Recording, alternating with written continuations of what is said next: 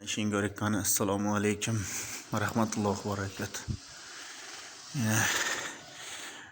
Bizə Qaraqalpaqistan Respublikası Törkgül tüməni Cidəlik tavukxana yanında 6 kat çay Güpsəkar'ın işini aldık.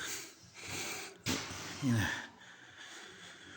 bu Xazayin Aytkan dizayner oldu. Xazayin Aytkan.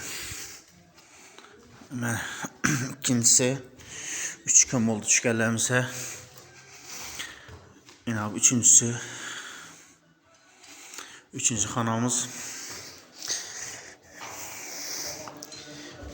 Yine abi hayvanımız. Bu figurası başka çabaladı. Kanaba. Ustalar bekten kanaba. Esselamu aleyküm ustalar. Yaxşı mısılar, yaxşı yürüpmüzler armanlar ama sağına. Başladınlar mı? Bunu teyin düzgü yaptı ustalar. Bu başkaça figura buladı. Bitkenden yine bir koy veremiz, bir video işle veremiz bitkenden ki. Bundan başkaça buladı bu. Yine kengi kanalı bilen tanışamız yine ustalar kalın ki koydu.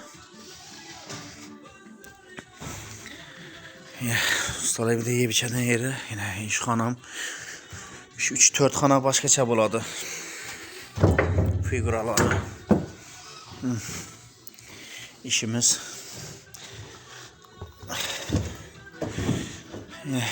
Ustalarına giremiz yine. Ekran tiyinde nömür kaldıramız. Kilometre verese 24 saat 7 işliydi.